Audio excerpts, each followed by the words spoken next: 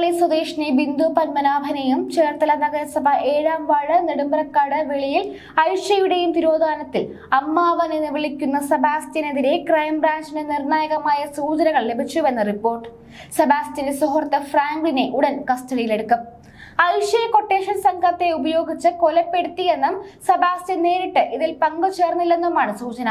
Sebastian പലപ്പോഴായി ഉപയോഗിച്ചിരുന്ന 3 mobile ഫോണുകളുടെ കോൾ ഡേറ്റ പരിശോധനയാണ് നിർണായകമായത്. ഈ സാഹചര്യത്തിൽ ഇനി പ്രതികൾക്ക് കുറ്റസമ്മതം നടത്തേണ്ടി വരും. ബിന്ദുവിനെയും ഐഷയെയും ചേർത്തല പള്ളിപ്പുറം സ്വദേശി ചെങ്ങംതറ സെബാസ്റ്റ്യനും കൂട്ടാളികളും ചേർന്ന് അരിംകൊല ചെയ്തു എന്നതിന് സാഹചര്യ തെളിവുകൾ കിട്ടിയെന്നാണ് സൂചന. സെബാസ്റ്റ്യനെയും വീണ്ടും കസ്റ്റഡിയിൽ വാങ്ങും. സെബാസ്റ്റ്യനെയും ഫ്രാങ്ക്ലിനെയും ഒരുമിച്ചിരുത്തി ചോദ്യം ചെയ്യുകയും ചെയ്യും. അതിരമ്പുഴ സ്വദേശി ജൈനമ്മയെ കൊലപ്പെടുത്തി ആഭരണങ്ങൾ കവർന്ന കേസിൽ സെബാസ്റ്റ്യൻ റിമാൻഡിലാണ്. ഈ കേസിൽ 2 തവണ ജുഡീഷ്യൽ കസ്റ്റഡിയിൽ ചോദ്യം ചെയ്തിട്ടും പ്രതി കുറ്റസമ്മതം നടത്തിയിട്ടില്ല. ഇതിനിടെ സെബാസ്റ്റ്യന്റെ വീട്ടിലെ രക്തക്കറ ജൈനമ്മയുടേതാണെന്ന് സ്ഥിരീകരിച്ചു. ഇതിന് പിന്നാലെയാണ് കൂടുതൽ തെളിവ് കിട്ടിയത്. ബിന്ദുവിനെ സെബാസ്റ്റ്യനും ഫ്രാങ്ക്ലിൻ, പൊന്നപ്പൻ, മനോജ് എന്നീ കൂട്ടാളികൾ ചേർന്ന് സെബാസ്റ്റ്യന്റെ വീട്ടിൽ വെച്ച് വകവരുത്തിയെന്നാണ് സൂചന. ഐഷയെ കൊട്ടേഷൻ സംഘവും. സെബാസ്റ്റ്യന്റെ സുഹൃത്ത് അയൽവാസിയായ റോസമ്മയ്ക്ക് ഇക്കാര്യങ്ങൾ വ്യക്തമായി അറിയാമെന്ന് പോലീസ് കരുതുന്നു. പലതവണ ചോദ്യം ചെയ്തപ്പോഴും ഇവർ പരസ്പര വിരുദ്ധമായ മറുപടിയാണ് നൽകുന്നത്.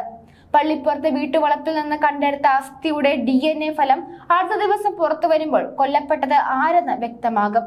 ഇത് കൂടാതെ സിന്ധുവിന്റെ തിരോധാനത്തിലും സെബാസ്റ്റ്യന് പങ്കുള്ളതായാണ് സംശയിക്കുന്നത്. ചേർത്തല നഗരസഭ 7-ാം വാർഡ് നെടുമ്പ്രക്കാട് വെളിയിൽ ഐഷയെ 5 വർഷങ്ങൾക്ക് മുൻപാണ് കാണാതായത്. സെബാസ്റ്റ്യനുമായി സാമ്പത്തിക ഇടപാട് ഇവർക്കുമുണ്ടായിരുന്നു. ഇതിനൊപ്പം മനോജിന്റെ മരണത്തിലും ദുരൂഹതയുണ്ട്. ബിന്ദു പത്മനാഭന്റെ തിരോധാനവുമായി ബന്ധപ്പെട്ട് ചോദ്യം ചെയ്യാനായി പോലീസ് വിളിപ്പിച്ചപ്പോഴാണ് സെബാസ്റ്റ്യന്റെ വിശ്വസ്തനും ഇടപാടുകളിൽ സഹായിയുമായ ഓട്ടോറിക്ഷ ഡ്രൈവർ പള്ളിപ്പുറം തൈക്കൂട്ടത്തിൽ എസ് മനോജിനെ 2018 ജൂൺ 28-ന് തൂങ്ങി മരിച്ച നിലയിൽ കണ്ടെത്തിയത്. ബിന്ദുവിന്റെ കൊലപാതകം സംബന്ധിച്ച് സെബാസ്റ്റ്യനും താനും ഉൾപ്പെടെ കൂട്ടാളികൾക്കുമുള്ള പങ്ക് പറയേണ്ടി വരുമെന്ന ഭീതിയിൽ ജീവനൊടുക്കിയതായാണ് നാട്ടിൽ പറയുന്നത്. എന്നാൽ മനോജ് സംഭവങ്ങൾ പോലീസിനോട് പറയുമോ എന്ന സംശയത്തിൽ സെബാസ്റ്റ്യൻ കൊലപ്പെടുത്തിയെന്നാണ് സംശയിക്കുന്നത്.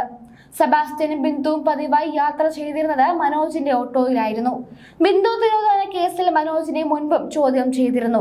എന്നാൽ മനോജ് ബിഗ് ഷോപ്പറിൽ നിറയെ നോട്ടുകളുമായി പോകുന്നത് കണ്ടതായുള്ള വിവരത്തിന്റെ അടിസ്ഥാനത്തിൽ വീണ്ടും ചോദ്യം ചെയ്യാൻ പോലീസ് വിളിപ്പിച്ചു.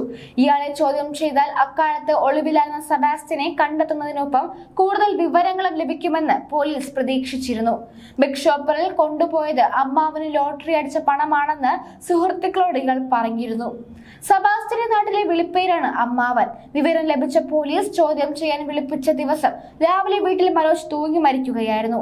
ബിന്ദു പത്മനാഭനെ സെബാസ്റ്റ്യനും സുഹൃത്ത് ഫ്രാങ്ക്ലിനും ചേർന്ന് കൊലപ്പെടുത്തിയെന്ന ശബ്ദരേഖ പുറത്തു വന്നിരുന്നു. സെബാസ്റ്റ്യനും സുഹൃത്തായ ഫ്രാങ്ക്ലിനും വസ്തു ബ്രോക്കർമാരാണ്.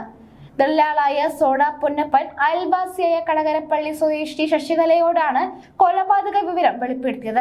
4 വർഷം മുൻപാണ് ശശികലയോട് സോഡ പൊന്നപ്പൻ സംസാരിച്ചത്. ശബ്ദരേഖ ക്രൈംബ്രാഞ്ച് പരിശോധിച്ചു വരികയാണ്. ശശികലയുടെ മൊഴിയും പോലീസ് രേഖപ്പെടുത്തി.